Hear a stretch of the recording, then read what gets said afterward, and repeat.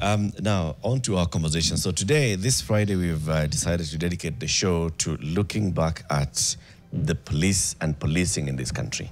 Now, many people have, come out in large numbers over the recent days over just how Albert Ojwang, for example, died in police custody. And then on Tuesday again, we see the shooting of Mr. Boniface Mwangi Karaoke. And the family saying he's still fighting for his life, he's still in ICU, and they're worried about him. That brings us to asking ourselves about the police service. And that's why today we are having a digital baraza. You can get onto our X space on NTV, at NTV Kenya, and you can share your thoughts there. Also on YouTube and Facebook, where we live stream the show every day. Even if you're listening to us on Nation FM and watching on NTV, you can send us a WhatsApp on 0112 500 400. What's your experience with the police? That's our conversation for today. First, let's hear from a lawyer who has spent time and spends time on a daily basis just looking at matters of governance in this country and particularly looking at rights. He has done a lot of work and he'll tell us what work he's done. Philip Mwangale, advocate of the High Court, rights advocate and also a governance expert. Good morning, Philip. Good morning, Eric. Asante sana for joining us. Thank you for having me today. This is where we are fixing the nation while others are transforming it. When President William Ruto talks about transformation, sometimes because he's a political ventriloquist, the word nation... Wow. You didn't even... It's early. It's very early. But please continue. Go on.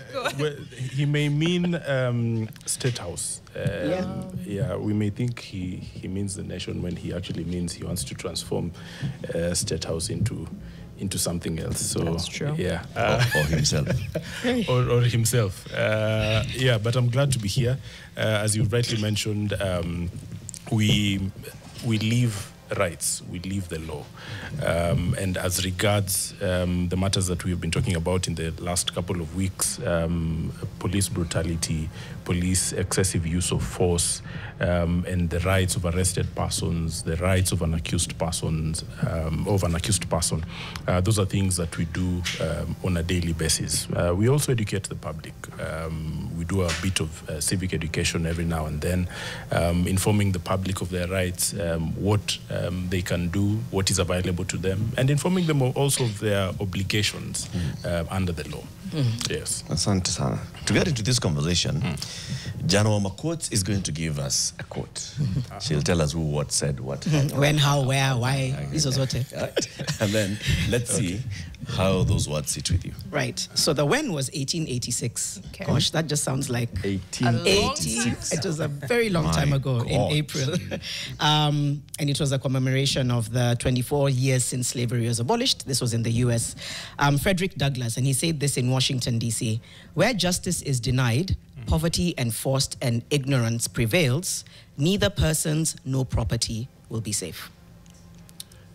Please say it again. Say it again. Where justice is denied, poverty enforced, and ignorance prevails, neither persons nor property will be safe. That rings true for us today. That justice is denied, poverty is enforced. You have a scenario where the political class ensure that you are impoverished, so that they can come up with economic empowerment programs. But that quote for me rings true not just for this country but for the continent. That you have a certain class of people who would make sure that the majority or the populace is subjugated. And it is indeed true that where there is no justice, where you have people who are living in poverty by design, then there is no safety, there is no freedom. And I think coming at the backdrop of the abolition of slavery, he was talking about freedom. Safety and freedom go hand in hand. So where there is no justice, poverty is systemic, then there is no true freedom.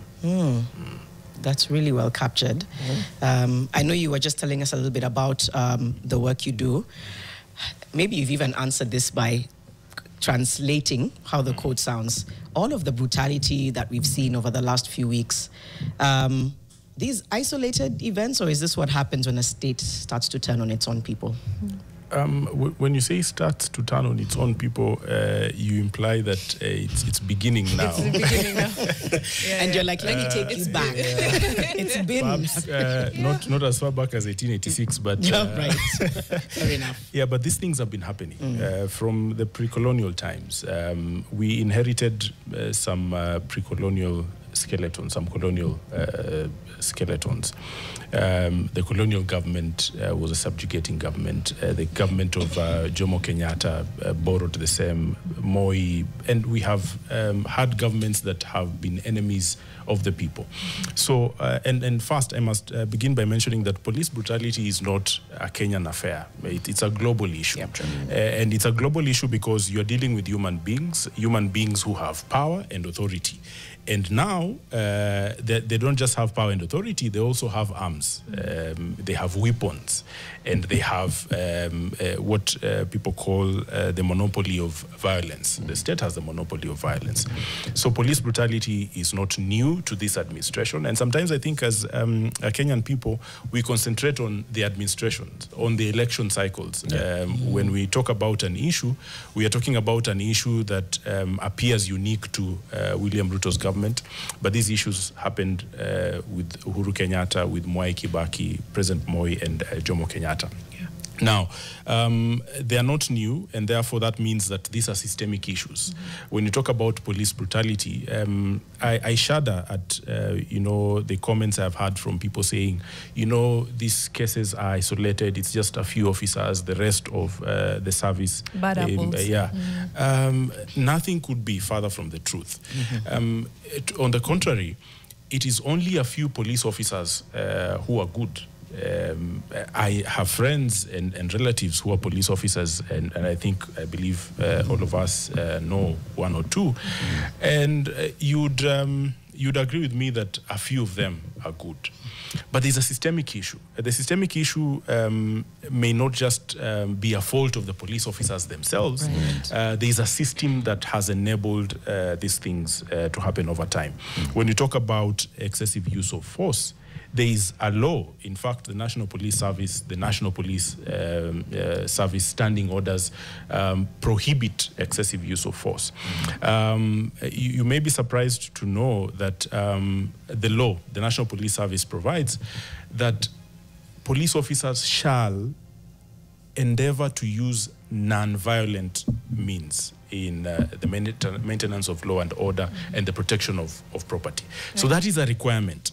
The use of force is an exception, and the exception has different provisions on what qualifies for excessive use of force. Right. But the fact that you have police officers using violent means, as a matter of course, that is the first resort. Even when they are policing a non-violent protest, they would come out even when they're not policing. Even when they're not policing. They would come out first with live bullets. They would come out first with batons. People just marching on the street. That is what we see in the first instance. But the law provides that they should first use non-violent means. But what has led us here? Why do we have the current circumstances we have? Number one, we have an undue influence from the executive. You have had Kenyans call on the president to fire the IG, to fire the DIG. Constitutionally, the president does not have those powers. But practically, when you get down, to the road, the president commands a lot of influence over our security apparatus. There was a time he was addressing, I think there was a media interview. He was being interviewed by, I think Eric, you were part of the team that was interviewing him. And he let it slip that he fired DCI Kinoti.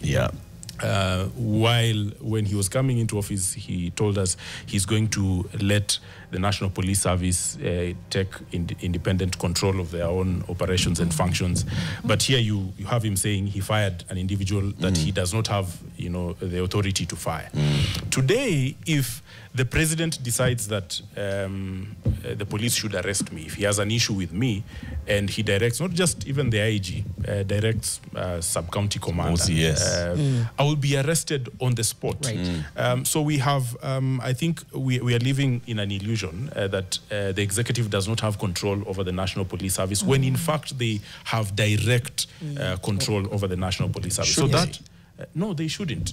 The Constitution provides that the IG, aside from policy matters and aside from receiving instructions from the DPP on institution of investigations, the IG should not be under the control of any person.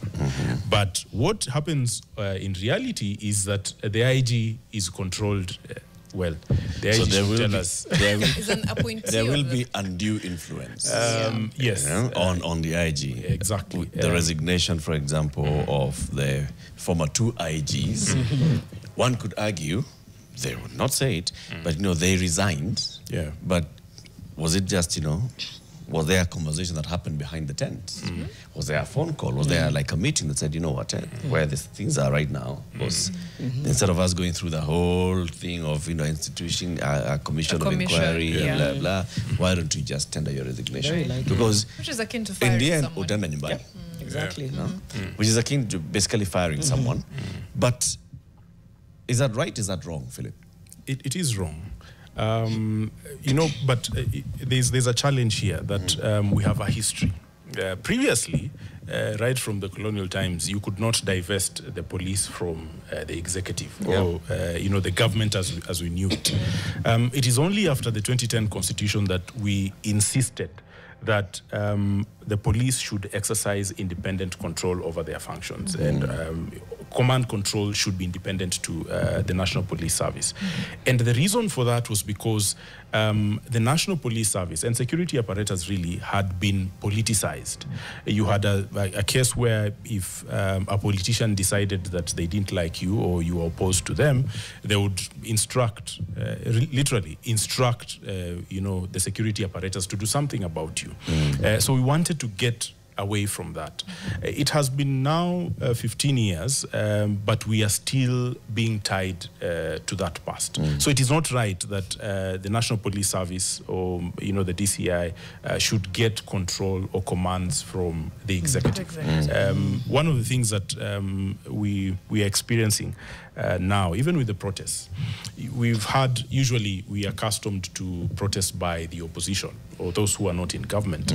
And most of the time, the brutality that is meted out on opposition protests are said to, be directly controlled from those who are in power.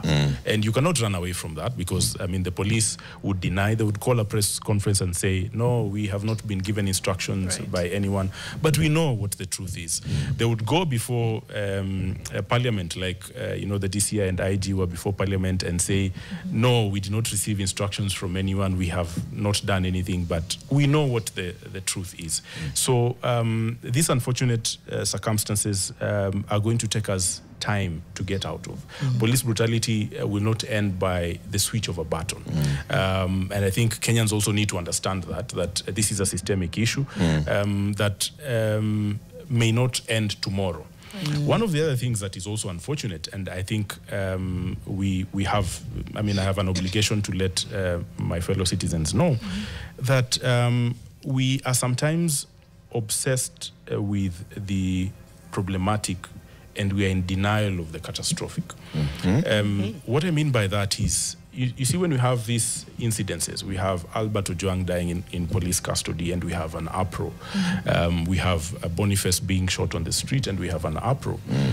we will concentrate on the incidents, the unfortunate incidents, yes. But if we concentrate on the incidents, the individuals, the victims, and we forget that we have a systemic issue to address, then we will keep having, monthly, yearly uproars, demos, because we have not dealt with the root of the problem. So I think we need to get to the root of the problem. Right. Before you continue, yes, we were on point one, the reasons why we are where we are. Undue influence from the executive is definitely one. What are the other things that have led us here? Number two, the training of the National Police Service. Any profession, just about to ask, yes, any profession that has, singular training. You're talking about teachers before teaching was, universalized, and now universities were training teachers. Teachers who were only going to one college, there's a recipe for trouble, because you are trained by an individual or a group of individuals who are trained by a certain group of individuals who are also trained by a certain group of individuals. So you entrench a philosophy, and unknowingly, unintentionally you entrench a philosophy. And I think that has also happened with the National Police Service. You may know from, the few police officers who you know to be good, that those officers, at least in my experience, those officers who are good, there's a running theme across that they are not vulgar, they are not dehumanized. So the contrary, the reverse is true on those who, follow the mainstream, that you have police officers who are almost taken out of being civilians. In fact, when you talk to trainers, and even when you talk to police officers themselves, they'll tell you, nyinyi ni raia. Sisi si raia. So what that means is you guys we are not at the same level. So there's something that has been removed from us or has been added onto us that makes us different from you. So there's an aspect of dehumanization that happens in police training. And that needs to be corrected, because you speak to so many officers and they will tell you, you speak to a police officer, I think you have a colleague here who has been a cop, and they will tell you what they were told, adui wa polisi ni nani. And you see, adui wa polisi ni nani? Ni raia. Watakwambia, but raia features somewhere on their list. So the police officer training is an issue. A few of them admit, but the echelons of the National Police Service would not admit, because they were trained. That's what they know. Yeah, that's what they know. And it's just like when, most of us have had an experience where you go through an institution, say high school or primary school or university, and once you look back and you're looking back at those who are in those institutions and you compare your experience to theirs, unajambia, these ones don't know what life is, how are you? And that's the same thing that happens in the National Police Service. Even those who would come in with fresh ideas, they are looked at as cancers that need to be weeded out. And I would give you an example.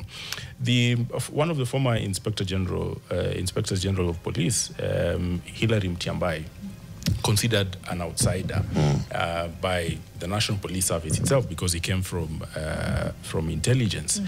He had a very hard time acclimatizing, because he had very radical ideas on how he wanted to transform the National Police Service, but he couldn't do it. He couldn't do it. He met a lot of resistance because this is a systemic issue. So, in answering your question, police training. Before you go on to the next one, on the training one, because it's something we've posited here like several times. Do we have any insight to what the curriculum at Kigandro looks like? I know at least lengthwise, I know it's about 3 months, and you can compare that to places where policing is generally considered good, and it's like 3 months is not nearly enough. But to be honest, beyond that, I don't really know. Well, it's more. It's 6 to 9 months. Oh, okay. But aside from what we see and hear from the police themselves, there is, in the National Police Service Standing Orders, there's a schedule that provides for police examinations, what they're supposed to study, examinations on promotions, what that involves. I don't know whether you'd find this hilarious that one of the provisions, because the National Police Service Standing Orders, it's a law technically. One of the provisions is that they have to study grammar. They have to be examined on grammar, verbs, tenses, all those things. Right. For me, it's laughable that that should be a concentration. Why not? Because, the issues we are grappling with today have nothing to do with grammar. But they do. Let me tell you why, might, Philip. In my head, it's gone to Miranda rights, but anyway. So they can verbalize, and also, they are the ones who take down your statement. Grammar is very important on what someone says. No, Eric, I agree. Okay. But you see, the entry requirement itself into the National Police Service, we are not just taking class 4 dropouts. It's a Form 4 leaver. Yes. So there's in a as basic much level as, of grammar that you have at that even for you to get a D, there's a basic level you must have gotten somewhere. So for me, the preoccupation with grammar as a point of examination, it's misplaced. Is there an examination on de-escalation, non-violent There is. You'd be surprised that there is also an examination on the law, on administration of the law. And senior police officers, as the examinations that lead to promotions, have to take examinations on the law, constitutional law. So these are not things that are foreign to them, but that philosophy needs to be addressed. That dehumanization needs to stop because police officers do not consider themselves, they consider themselves a class above human. But their operations and what we see is a class below human. So that is an issue that needs addressing. You have to go into a break. Yeah, let's take this break. Yeah. Philip Mwangale is our guest. He is an advocate of the High Court. He's a rights lawyer. He's a governance expert. We are talking about, police brutality. See what Dan has written on the screen. The wrong arm of government. He has them. He has many in his pocket. This guy just has fun with his work. So share your experiences and your thoughts. That's what we are asking today. Today we are just opening up Fixing the Nation so that all of us as fixers can talk. Positive and negative experience with the police service. You can text us. You can SMS us. The SMS number is on the screen, 0112 500 400. You can also share your thoughts on the X space, which is live now, or on YouTube and Facebook. We'll be back in a moment. Good morning. On our X space, Daniel Mutua has posted a comment. The experience with the police. He says, dehumanization of police training is real. I have a son who enrolled. After his pass out, he was very, very different. The training achieves one goal. How to be normal is wrong. Yeah. Vibe Kai says, Kenya police experiences are mixed. Some do their best with limited resources. Others abuse power. Real change needs better training and accountability. Right? There's somebody who says, Clinton Amo says, there's this police officer at Nyali station, aliwahi nipiga coffee only because I took a photo of the station. Na bado nikatoa do ndio nitoke stage. Kitu hata kitokea, siwezi enda police kureport. If there's anything more concerning than that last statement, some people on YouTube, still Mike the one is saying, Wanawakili, what are the legal ways that can challenge or eliminate laws that shield officers from accountability when they violate rights? Because hapa sioni kama tutatoboa. Raymond, just backing up what you were just saying moments ago, Mariam, she literally said kazi ni kutafuta kazi, tough. But yeah, what are the legal ways that can challenge or eliminate laws that shield officers from accountability when they violate rights? Hey. Actually, there's no law that shields officers from accountability. It is our implementation of these laws that is a problem. And let me give you an example of, because we've been talking about protests and how police are policing protests.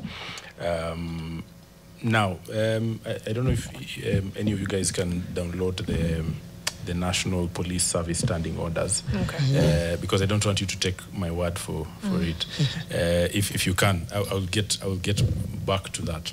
But one of the things that the law provides when police officers are dispensing their duties, and especially on the use of force and the use of firearms, is that when a police officer discharges his firearm on anyone for any reason, whether it is for the protection of property, for self-defense, or they're protecting another life, they have to immediately report that event to their superior.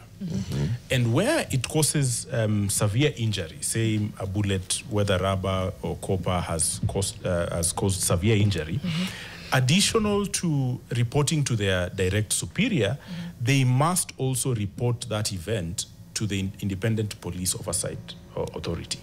But what we have in practice is IPOA gets pressure from the media, from social media, from citizens to start investigations. So a protest has happened. Police officers have killed and injured people. It is after 2 weeks that the Independent Police Oversight Authority now comes up to say we have received complaints from the public. We saw it on the media. When in actual fact, they are supposed to receive this from the police officers themselves, and that is a missing link. In as much as IPOA is not a very old institution, these are things that they must insist. They must insist upon. They must be receiving reports from police officers. It happens in other jurisdictions where if you discharge your firearm, even in pursuit of an armed criminal, you must make a report. You must radio in and say you have, discharged your firearm, you have shot an individual, but it doesn't happen. How to maybe leverage technology, because I don't see police officers reporting themselves, to be quite honest. But if there is a, stock taking, such that this weapon is assigned to you, this ammunition is assigned to you whenever it's discharged. I'm just trying to think through, but we've downloaded the standing because a gun is assigned to you as you leave the station. There's an officer in charge of the armory and so on and so forth. When you bring it back, there has to be a report. I gave you this particular weapon, serial number this and the other, right? And X number of bullets, this and the other. You've brought it back, less. So there has to be an accompanying report. Umepeleka wapi bullets? Okay. What happens is that in as much as that is what happens, you have to account there is a firearms register. Usually, when a shooting has happened, a ballistic report has, to prove that this bullet left this gun. Most of the time, and for most of the cases we have dealt with, you'd hear the court acquit an individual because, lack of sufficient evidence. Even when you show, when you, you could see that an individual was shot by this particular officer. But you see, ballistic reports are not done by the judiciary. Anybody else. They're not done by the civilians. They're done by the police themselves. So the ballistic experts are police officers. You've had instances where these ballistic reports have been, interfered with, and that is something that we need to address. When IPOA is conducting their investigations, IPOA is limited in resourcing. Number one, they're also limited because of lack of funds. Then you would not employ the kind of expertise you require. There's a department called the IAU. Most Kenyans don't know about the IAU. But the law says that the IAU, the Internal Affairs Unit of the National Police Service, should receive complaints from the public. I don't know if you've ever seen anywhere where the IAU is sensitizing the public that this is where you Mohammed Amin was the boss of IAU before he became the CI, right? And curious that... Should we have an IAU? Yeah, we should. Was the original National Police Service Act, did it have an IAU? Because if you have an Independent Policing Oversight Authority, why do you need an Internal Affairs Unit of the police? Now, the Internal Affairs Unit of the police is to handle internal disciplinary issues, because there are certain offenses that are internal disciplinary issues. Yes. Junior ametukana afande. Exactly. But before umalize your thought, tukona caller, I don't want him to drop. Okay. Let's just get his question. Luke from Kisumu. Good morning.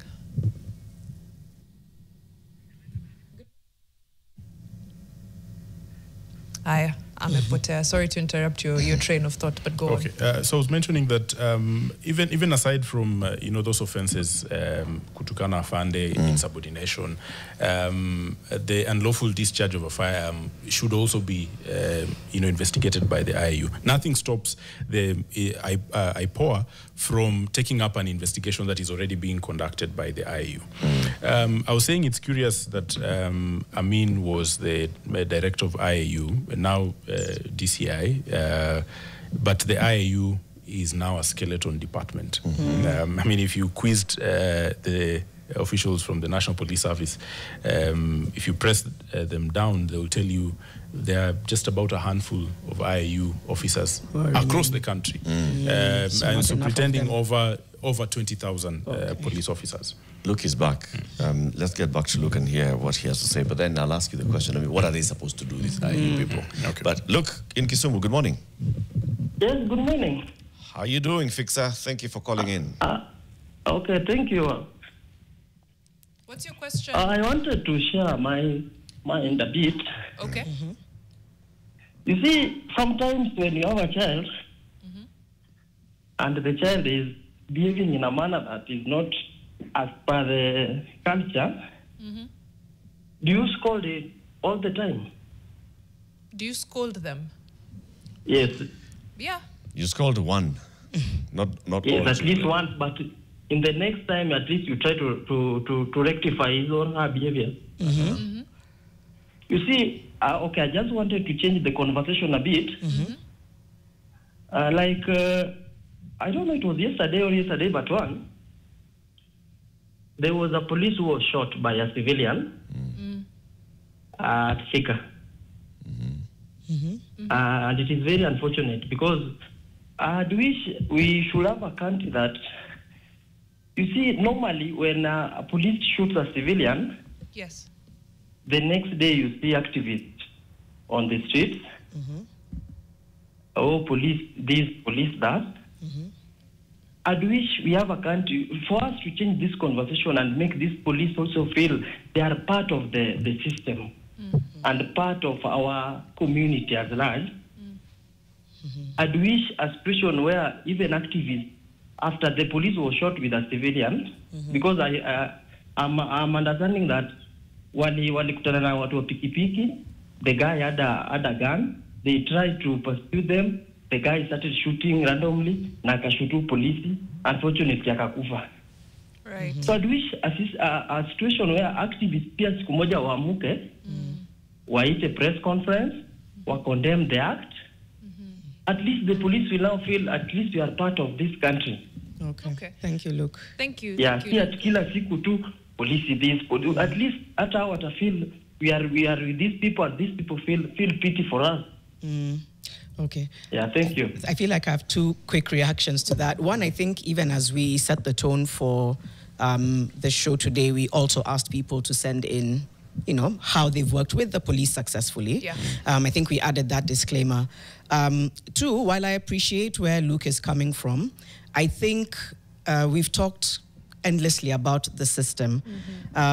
So, yes, of course, we condone any violence against. I think... We don't condone. Yes, sorry, we don't condone. Hey, English.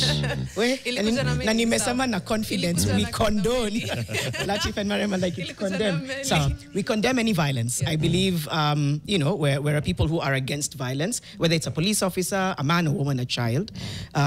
I think the spirit of the conversation is speaking to the ills within the police service. It's not about saying we don't recognize police as fellow citizens. 100%. Yeah, No, I agree, 100%. There's also, you need to see the difference between systemic issues and other violent incidents. And this is not to otherwise, whether the killing of a police officer absolutely deserves justice, and we should push as much as we push for justice for all other Kenyans.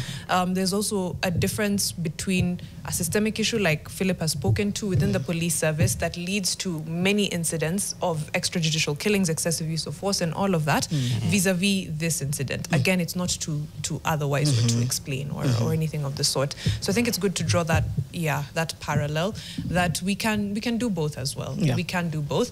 Also, it's the same police force that would be charged with investigating this. That's why when we say people are out in the streets pushing for a change and for this, it is also for said police officers. It is for their betterment as well. A better Kenya is a better Kenya for all of us. All of us. But maybe Philip can also react. I just want to add also to look, with the example that is given, if one child is errant, do you discipline all children? No, you don't. If more than one child in a particular homestead are errant and they're known to be bullies and all, Alex, will you let your children to go and play with the children from that homestead? You'll start cautioning your children. Right. So it's not one child. Yes, there are many police officers, hundreds of thousands, but there are also very many incidences where those that are supposed to be protecting and serving complain that they're not receiving the service. And that needs to be addressed systemically higher. And I sympathize with police officers, I mean, those good police officers who feel, that, they are being attacked left, right, and center. I would want to understand, what they feel being in a service that is suffocating. But again, they must also understand, the perspective of the civilians that, we see these things on a day-to-day. We are now at a place where you have most police officers breaking the law rather than protecting, upholding, and enforcing the law. If you just take a stock count on any road, say you're in Nairobi, Magadi Road towards Rongai, or Limuru Road early in the morning, or anywhere else, the phenomenon of bribery, police officers taking bribes, and it is so normal that people don't even point it out as an issue anymore. In fact, those who own matatus, you know why you stopped. And you keep it those who own matatus know that there is a quota that the matatu crews, have assigned to the police officers. So we have these systemic issues, but we also sympathize with police officers who are in the service who feel suffocated by what is happening. You said you had gotten the service standing orders. Yes. As you asked the question, let's hear from Mercy, calling in from Bungoma. Mercy, you're on the line. Good morning. The person you have called is not reachable. Okay, Mercy amedrop kidogo. But yes, we do have the standing orders. Sometimes we blame the police, but there's a provision in those standing orders, part 1, that talks about the service formations. Okay. You would find that on page 25. Page 25. So part 1, section 12. Talks about the General Service Unit, the GSU. And lawfully, it's the GSU who are supposed to deal with civil disturbance, riots, and things of that kind. The Kenya Police Service, the ordinary police service, the general deployment, you're there. Part 12. Page 25. Page 25. Section 12. Yes. Section 12. Talks about the General Service Unit. Yes. Part D, 12D. If in your reading of 12D, I don't want you again to take my word for it. Just read what they are supposed to do. Controlling riot mob and restoring civil disturbance. Yes. Forgot, just read the whole thing. A, B, C, D. Okay. The General Service Unit is established to undertake the following functions: providing security to the President, state houses and lodges, providing security for selected foreign airlines, providing security to vital installations and strategic points, controlling riot mob and restoring disturbance. Civil disturbance. Civil disturbance, yes, and restoring civil disturbance, carrying out anti-poaching, containing banditry and cattle rustling. Just that bit, D, that part D. Yes. When you read it, it says controlling riot mobs and restoring civil disturbance. Yes. you'd expect that the police should restore order and not restore a disturbance. You see? You see, this has been in the standing. It is an error, of course, but sometimes we may blame them. But maybe that's what the standing orders tell them to do. They are following the standing orders. But when you talk about protests, there's something we also need to mention: restoring civil disturbance. Yes, I mean when there's a disturbance, public if you're order. restoring the civil disturbance, Yes, you're reinstating that disturbance. Yes. When we talk about protests, you have riots, you have unlawful assemblies. A protest is protected by the law. Article 37 provides that any person peaceably and unarmed has the right to assemble, to demonstrate, to picket, and to present petitions to public authorities. Now, we have a scenario where you have, like we have seen in the past week, criminals infiltrating protests. When you have criminal elements in what is a protest, then you have gotten out of the protection of what is a peaceful protest. Right. If you have weapons carried into a protest, what the law, the Public Order Act provides as offensive weapons, then you are not a protected assembly or protest. So I just need to Kenyans to know that a protected protester, demonstrator, or a person who is assembly is one who is peaceful and unarmed. We've seen in the past our friends from Narok, those ends going to protest with their normal daily tools. But those are unprotected protests. They are unlawful assemblies because, they are offensive weapons. They have wielded them, to word of police officers. So as we move towards the June 25th anniversary, Yeah. it's important to really reinstate that, because the constitutional protections that we've enjoyed so far are very much based and founded on being peaceable and unarmed. But let's hear from a caller here who's calling in from Kiambu. Is it Peter? Yes. Peter, Kiambu, good morning. Good morning, too. What's your comment or question for Philip? Okay, I just wanted to say that it is very unfortunate that you're living in a country whereby, you cannot be able to feel safe in police hands. Right. You cannot be able even to know what you're supposed to do when a police is doing an arrest. And it's very unfortunate that even in our country that most of the population don't know what they're supposed to do when an arresting officer is approaching them. You find that in other countries, you find that a police has to identify themselves first. They'll have badges on the uniforms. They are going to have body cams. They have a lot of policies that make sure that you can be able to hold a police accountable in case of any issue. But in our country, everything is just not working. Even the police themselves cannot be able to identify a police officer who did something unless there is a pressure or a mounted pressure by the public. And it's very unfortunate that we need to do a lot of massive public education to the public on what they are supposed to do in case an arrest is being effected by a police officer. Most of the people don't know what they're supposed to do. You see a police officer, you start running away. You just starting doing things that you're not supposed to be doing. True. And it's very unfortunate that people currently, they have a bad blood against the police. You're setting our people against, it's the people versus the police. Because when you see a police officer shooting a member of the public, without remorse, without any other, we don't have any sense of empathy. What do you expect the members of the public to do? The next time you're having a demonstration, you're going to see people planning to kill a police officer or doing something injurious, and then you're going to be setting a country to a situation whereby you're not going to salvage it, because people are actually many more than the police. Thank you. And you're going to see even members of the police service, who are inside the police service, who are, of course, angered by these actions. They're going to be doing things that are worse. They're not, they're going to be pro-people, and then you're going to not have a country. Anyways, I don't wish to have a country like this.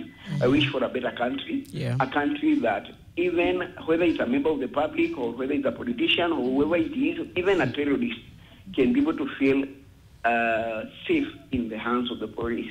Thank you. Very true. That last statement. Yeah, everyone deserves and fair trial. But the blanket use of force, you know, it's what's gotten us where we are. He's also spoken very well about the intentionality of this putting goons in the streets. It's to discredit, one, the protests and make them look like they are not peaceable, and it's not about civil liberties, but rather destroying property and committing crimes. That's number one. Number two, it is so that people who are peacefully protesting feel the need to either now, you know, retaliate or be armed and things like that, and then you can use that as an escalation. It's plain as day, a tactic right there. It is. So we have to, A, not fall for it, figure out a way to secure our protests, given that we've been given assurances by the IG. The assurance is as good as, I don't know, a promise from, I don't want to use bad words, but I want to hope and pray that that's the case. But we need to have our own fail-safes of figuring out who is with us, who is peaceable, who is unarmed, who is a goon, and numbers must work in our favor. Yeah, there absolutely. must be more of us than more of them. Yeah, I feel like we're not done with Philip, although we have to go to a break. Yes. Philip will stay on. Yep, I was going to say. Because we have our X-Space, and now we want to hear from the public. What's your experience with the police? And taking more calls, even those that say that they've had good experience with the police. Yep. I've had several good experiences with the police. I've had experiences also with the police where we're like, hapa vile kini bana umekuja sana, you know. Some you could say, I mean, on the grand scale of things, it's not a negative experience with the police, but there are people who have had negative experiences with the police, and we want to hear from them. We are live on X-Space, we are live on YouTube, we are live on Facebook, we are live on TikTok, and we are also live on NTV and Nation FM. We'd like to hear from you. Philip Mwangale, advocate of the High Court and rights advocate, is still staying here with us, coming up to 8 a.m.